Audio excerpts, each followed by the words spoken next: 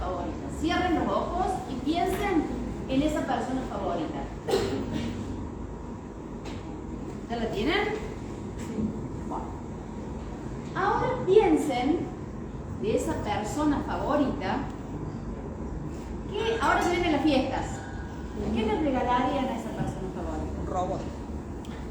Ahí, un robot. Ha pensado una persona, ¿por qué le regalarían un robot? Porque lo pidió. Ah, porque lo Le pidió. gusta un Transformer. Te lo dijo.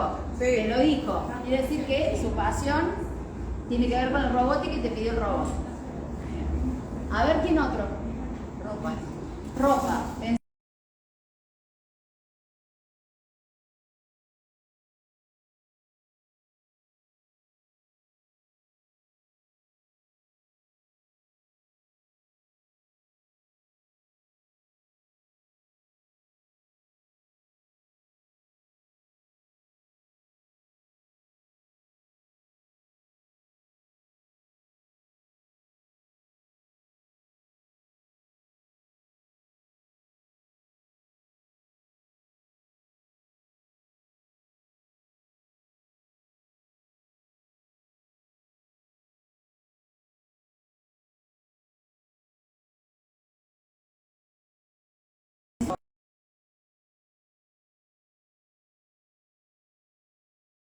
Una cartera.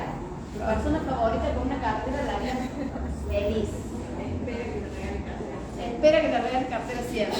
Bueno. Miren todo lo que han dicho, ¿no? Pensaron en una. Y se me fue la coequipa. Pensaron en una persona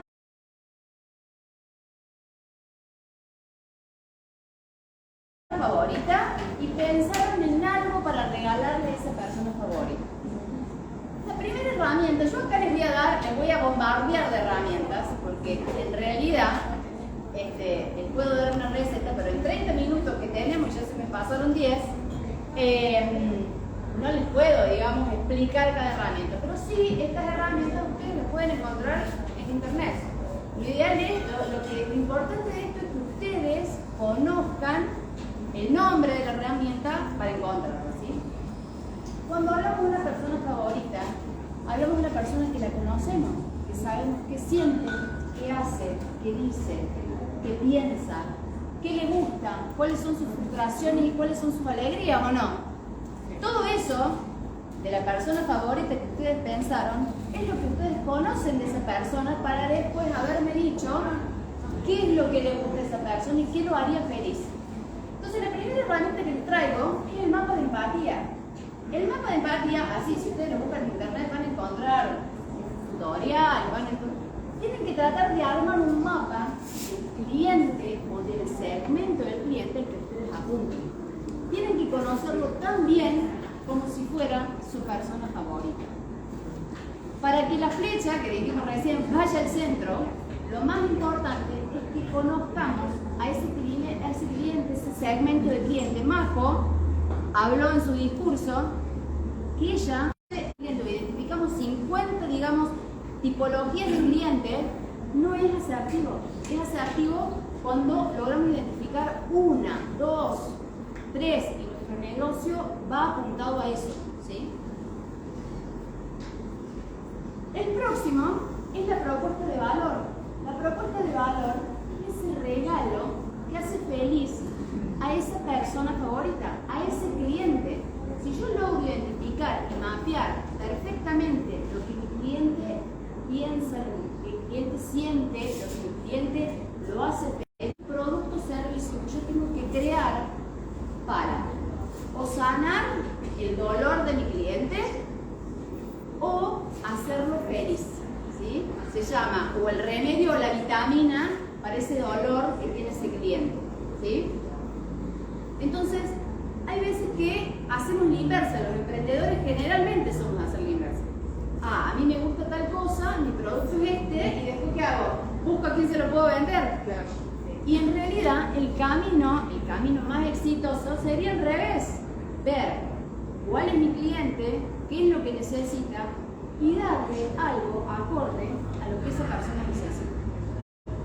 En el caso de que yo tenga una habilidad muy grande, digamos, o una habilidad fuerte, muy marcada, de algo que me gusta, que me genera pasión, por eso buscar el cliente que vaya acorde a la especialidad, pero no pensar en el producto.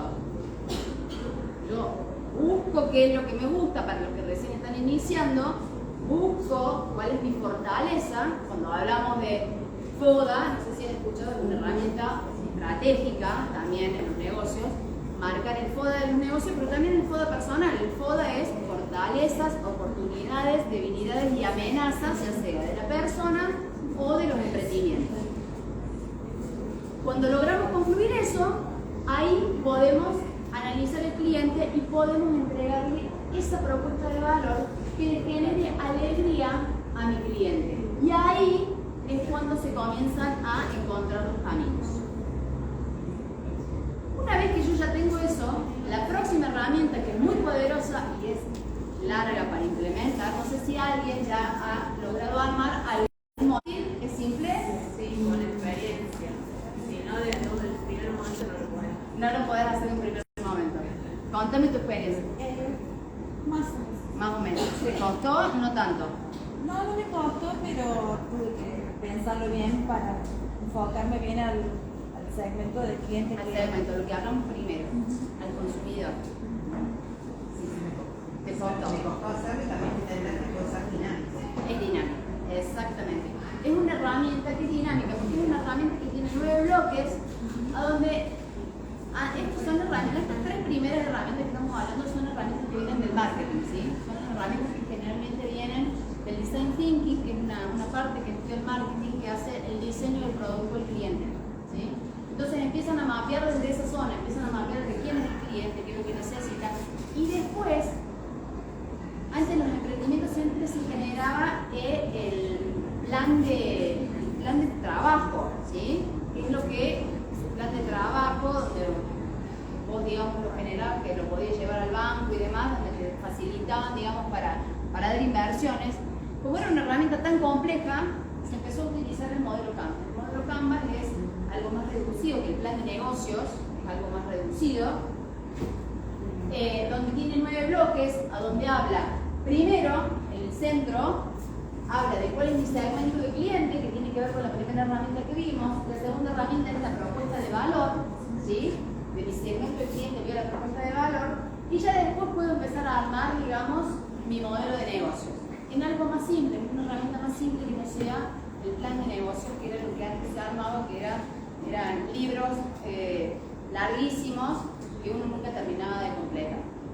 Después tenés que ver los socios claves, tenés que ver cuál es tu estructura de costo, una vez que ya tenés diagramado la propuesta de valor, que no es menor. Los 2 primeros pasos es lo más importante e inicial, digamos, para que hagamos foco y que tengamos ese éxito que buscamos. ¿Hasta ahí vamos? Sí. ¿Esto lo sabías? Sí. ¿Lo aplicaste alguna vez? ¿Cómo? ¿Lo aplicaste alguna vez? No. No. ¿La conocías? El FODA sí, pero no en el emprendimiento. No el emprendimiento. Bueno, el FODA es una herramienta que se utiliza estratégicamente en la consultoría. Yo les comenté que soy consultora de empresas, que acá tengo a una coequiper consultora también. Donde cuando nosotros entramos a las empresas a verificar cuáles son las problemáticas que tienen las empresas, lo primero que vemos a nivel estratégico es, por un lado, el FODA, fortalezas y debilidades que tiene la empresa. Después, por otro lado, ¿a dónde apunta lo anterior? ¿A dónde apunta todas estas 9 variables que vemos acá? ¿Cómo la está manejando, digamos, la empresa? Que ya está en movimiento. O sea, ¿cuál es su socio clave? ¿Cuáles son sus costos? ¿Cuál es su canal, digamos, de comunicación entre el cliente, digamos, y yo que soy el emprendimiento, o la empresa, que es la que está en contacto con el cliente?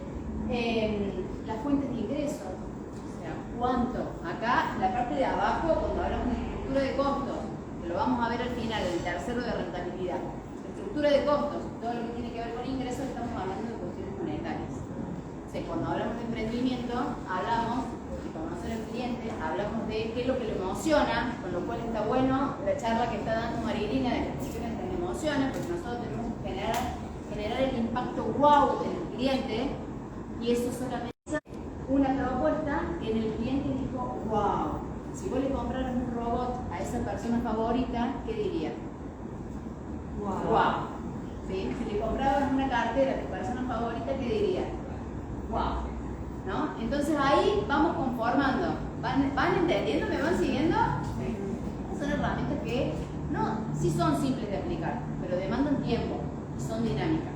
Todo se va modificando porque vos haces el primer mapeo y después decís, bueno, no, pero esto no es tan así. Bueno, lo vuelvo a modificar hasta que la herramienta, digamos, la vas puliendo, ¿sí? Otra herramienta súper importante y que lo usamos mucho en la estrategia de las empresas, que es para vos, te regalo Porter, son las 5 fuerzas de Porter. ¿Qué es lo que le sigue después que yo conocí, digamos, mi cliente, generé la propuesta de valor, esa propuesta de valor que lo hace feliz a mi cliente o que le aminora el dolor? Cuando hablamos, digamos, del dolor del cliente, hablamos que le entregamos ese remedio o esa vitamina que aminora el dolor del cliente. Una vez que ya tengo esa propuesta, que ya tengo mapeado mi Canva, donde está, digamos, todo mi negocio, ahí estoy hablando para adentro, de mí. Cuando hablamos recién, que no la tengo acá, pero esta herramienta FODA, que hablamos recién, el FODA son fortalezas, debilidades. Cuando hablamos de fortalezas y debilidades, tienen que ver con variables internas. Si estoy haciendo un FODA personal, de la persona. Si estoy hablando de un emprendimiento, del emprendimiento. Si estoy hablando de una empresa, de la empresa. ¿Cuáles son las fortalezas y las debilidades que tienen las empresas, los emprendimientos internamente? Cuando hablamos de amenazas y de oportunidades, estamos hablando de factores externos. Y cuando yo hablo de factores externos, tengo que conocer el externo, qué es lo que pasa en mi entorno, qué es lo que pasa alrededor. ¿Qué es lo que pasa alrededor? Las 5 fuerzas de Porter comienza, por un lado, para ver, yo ya tengo mi propuesta de valor, sé a quién voy a apuntar en mi cliente, mi propuesta de valor y tengo todo mi emprendimiento armado. Tengo que ver cuáles son los competidores del mercado, contra quién me voy a enfrentar. El mercado es uno y el mercado es como la torta que se reparte. La torta es una, o sea, no hay 20 tortas, hay una. Ese es el mercado. Bueno, se va repartiendo entre los distintos espacios y competidores que existen en el mercado. ¿Quiénes son mis competidores? Los tengo que conocer. Para ser exitoso yo tengo que saber quién es el que se lleva parte, digamos, de mis ingresos, porque mi cliente le está comprando el competidor. Entonces, conocer a los clientes, conocer a los proveedores. Los proveedores son súper importantes porque forman parte de la cadena de valor de mi emprendimiento. Pero sobre todo quiero que focalicen en la parte de los competidores, ¿sí? En la línea vertical, competidores en el centro, nuevos competidores, porque hoy el mercado está compuesto, en ese rubro en el que yo estoy trabajando, con una cierta cantidad de competidores, pero van ingresando constantemente. Esto es dinámico, por eso las herramientas tienen que ser dinámicas. Yo tengo que modificar mi Canva, tengo que ir modificando las propuestas de valor que genero, ¿sí? Entonces los competidores son súper importantes y entender cuáles son otros competidores que no son directos pero son sustitutos, ¿sí? Es decir, si por ejemplo yo hago carteras, mi emprendimiento es una cartera para la señorita que tiene que comprar carteras, a lo mejor la mujer, si es una mujer a quien se la tenés que regalar, a lo mejor en lugar de cartera podría usar mochilas, ahora son mochilitas chicas, o podría usar riñonera. Son sustitutos de la cartera. Miren todo el abanico que se empieza a abrir dentro de los competidores de mi propio producto, ¿sí? Sigamos. Y acá lo que les pido es la diferenciación. Lo importante de mi emprendimiento y de mi propuesta de valor y de generar ese momento wow en el cliente es la diferenciación que yo tenga de mi producto o de mi servicio. Y acá les traigo una estrategia que se llama estrategia Océano Azul, allá está mi banner, y tiene que ver con la estrategia Océano Azul, ¿sí? La estrategia habla de que existe un océano rojo, que es a donde están todos los competidores están todos compitiendo y hay un océano azul que miren, está solito, el velero está solito. ¿Cuándo encontramos un océano azul? Cuando encontramos un nicho que nadie, un nicho, cuando hablamos de nicho estamos hablando de consumidores, ¿no? De grupos de consumidores que se le está ofreciendo un producto o servicio que nadie está ofreciendo en el mercado. Estamos hablando de un océano azul. Cuando mi producto es tan diferenciado que logra generar un espacio en el que yo estoy solito y no tengo competidores.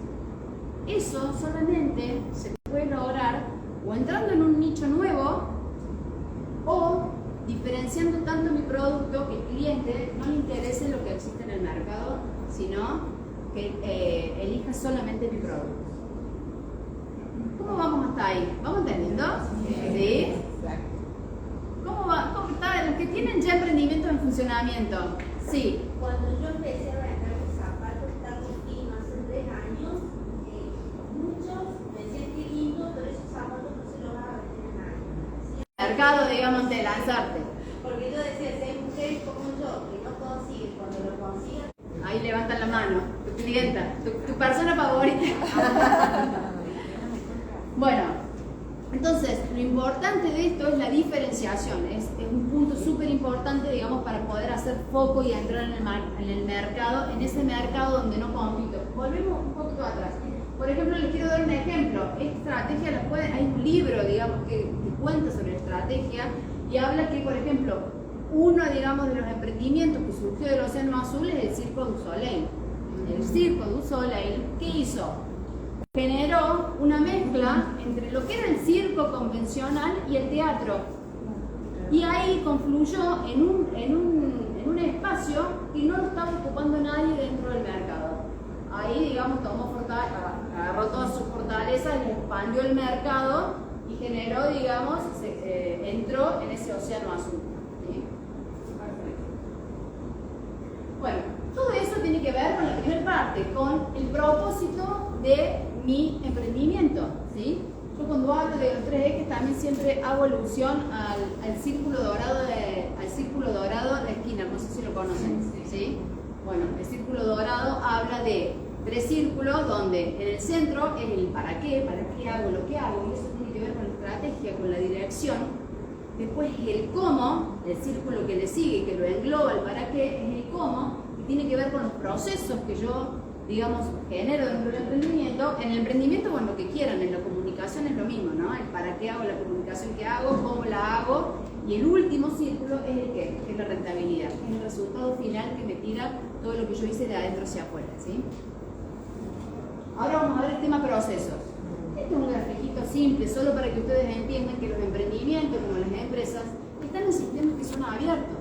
Las empresas tienen, digamos, traen del entorno todo lo que son recursos, los procesan en ese triángulo, que es la caja negra, digamos, de la empresa, o lo que sucede dentro del emprendimiento de la empresa, y después tienen los resultados, que son el producto o servicio, y los clientes a los cuales entrega ese emprendimiento, ese producto. Dentro de esa caja negra, que es el emprendimiento de la empresa, existen muchas cosas que uno hace dentro del emprendimiento. Dentro de esas cosas, si nosotros al emprendimiento lo comparamos con una gran empresa, existen distintas áreas. Manejo la parte de marketing con las redes, manejo la parte de producción, si es que fabrican algo con su producto o servicio, manejo la parte de logística, si es que tengo que llevar y traer el producto, después manejo si tengo empleados, manejo la parte de recursos humanos, manejo la parte administrativa. Esas son todas áreas que se encuentran también dentro de las empresas y se encuentran en menor medida en los emprendimientos, ¿no? Digo en menor medida, no porque no se haga, sino porque el emprendedor es todo en uno. Podemos decir que son 10 áreas en uno, ¿vieron como el 2 por 1? Bueno, el emprendedor es el 10 por 1, hace todas las áreas en una sola persona muchas veces, ¿no? Pero ¿qué pasa? Cada cosa que nosotros hacemos, si la tomamos como si fuera un área dentro de las grandes empresas, encontramos otra herramienta que se llama cadena de valor, que tiene una forma de flecha, donde la parte de abajo son las actividades principales de la empresa, que generalmente es la logística, digamos, que te trae todos los materiales desde los proveedores, la parte de producción, y después la salida de ese producto que tiene, digamos, vuelta de nuevo al entorno. Cuando hablamos de entornos abiertos, cuando hablamos de sistemas abiertos, vuelve al entorno con el producto o servicio, ¿sí? Y después tiene actividades de apoyo, que son la parte de compras, quién compra, la parte tecnológica, la parte de infraestructura donde yo me encuentro, la parte, digamos, de recursos humanos. Son todas actividades como secundarias que alimentan esa cadena de valor, que en definitiva confluye en una flecha que habla de margen o de rentabilidad o del dinero que genera el industria. Si agarro cada uno de esos pedacitos, ¿sí? Piensen en su emprendimiento y me pregunto, ¿esto que estoy haciendo genera valor a mi cliente? ¿Este tiempo que estoy perdiendo genera valor a mi cliente? Esto tiene que ver con una herramienta que vamos a ver después, pero tiene que ver con la eficacia, la eficiencia y la productividad en una empresa. Cuando yo hago una actividad que no genera valor, pero estoy ocupando tiempo y espacio y recursos en eso que estoy haciendo. Tiempo, espacio, recursos es dinero, que después decanta en la rentabilidad, ¿sí? Entonces, si yo estoy haciendo una actividad o algo que no está alimentando a la propuesta de valor, no tiene valor para mi cliente, en definitiva es una pérdida que es negativa para la rentabilidad de mi proyecto, de mi emprendimiento. Entonces, cuando hablamos de procesos productivos, hablamos que los procesos tienen que ser productivos. ¿Por qué? Porque tienen que tener eficacia y eficiencia. ¿Alguien sabe qué es lo que es eficacia y eficiencia? ¿No? Eficacia es la flecha, justamente, ¿no? La flecha. Y la eficiencia es que sea bien hecho. Que sea bien hecho. La flecha bien hecho. Sí, va por ahí. Perfecto. La flecha bien hecho, yo lo entendí. Cuando hablamos de eficacia, es cuando tenemos una meta y la meta se cumple. Si yo estoy hablando, por ejemplo, del mundial, este ejemplo me lo trajo un colega que tiene que ver, digamos, con la calidad continua. Si estamos hablando del mundial y estamos hoy que juega la Argentina, cuando hablamos de eficacia, ¿qué queremos? ¿Qué queremos que suceda hoy en el partido de hoy? Que ganen. Que ganen. ¿Cuál es la meta entonces? Hacer goles. Que ganen. La meta hoy que ganen, no sé cuántos goles, pero que ganen. Eso es eficacia, es decir, que se cumpla la meta que nos hemos propuesto, ¿sí? Cuando hablamos de eficiencia, es que ganen con los menores recursos posibles.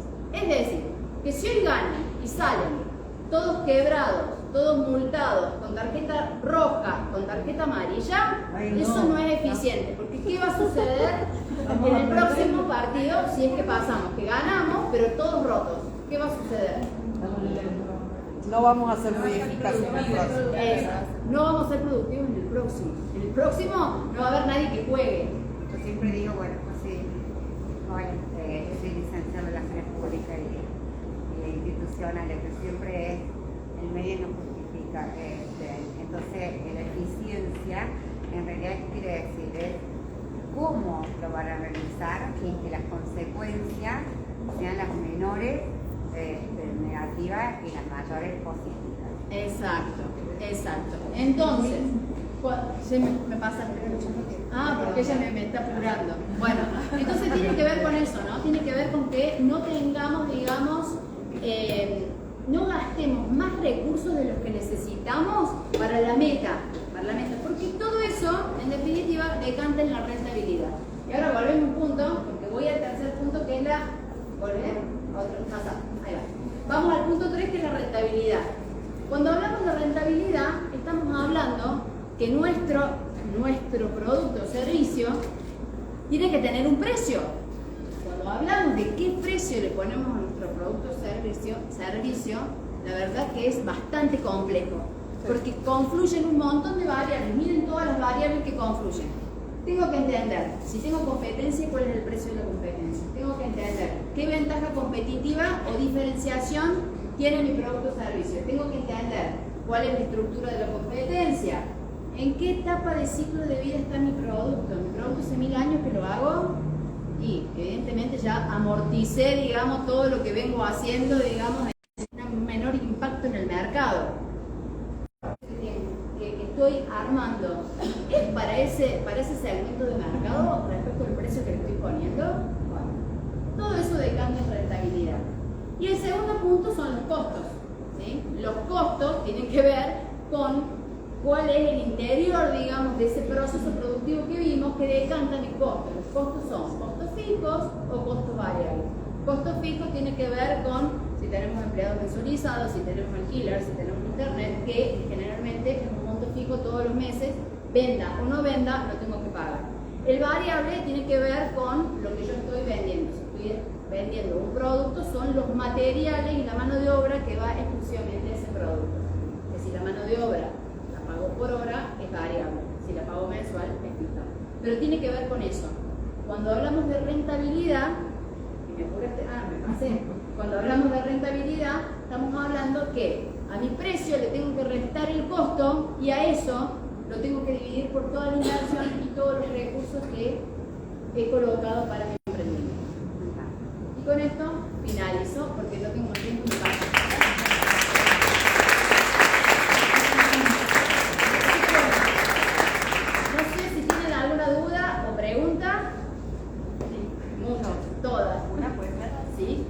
¿Qué pasa cuando uno tiene que poner el precio, un emprendedor que trabaja solo?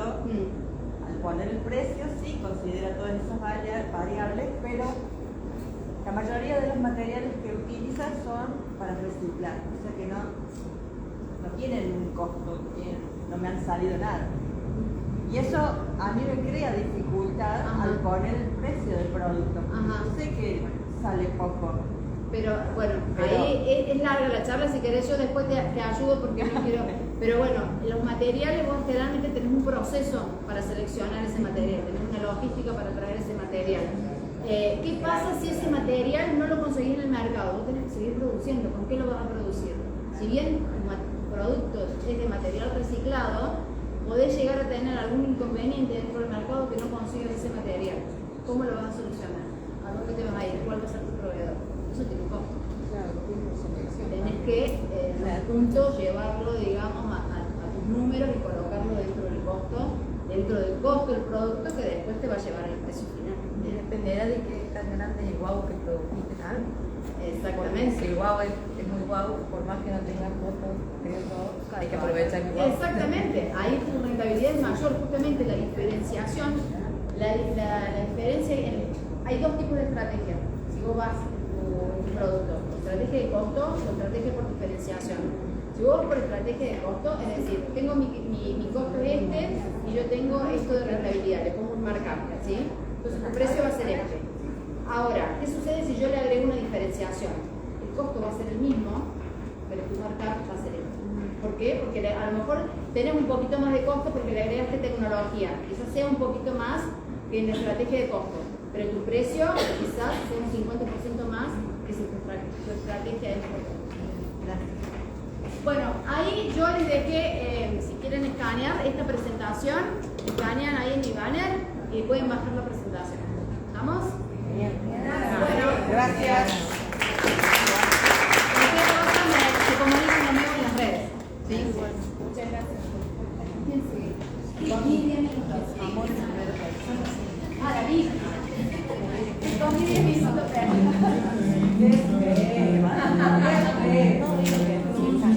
Ahora empieza mi equipo a ver si termina la hora.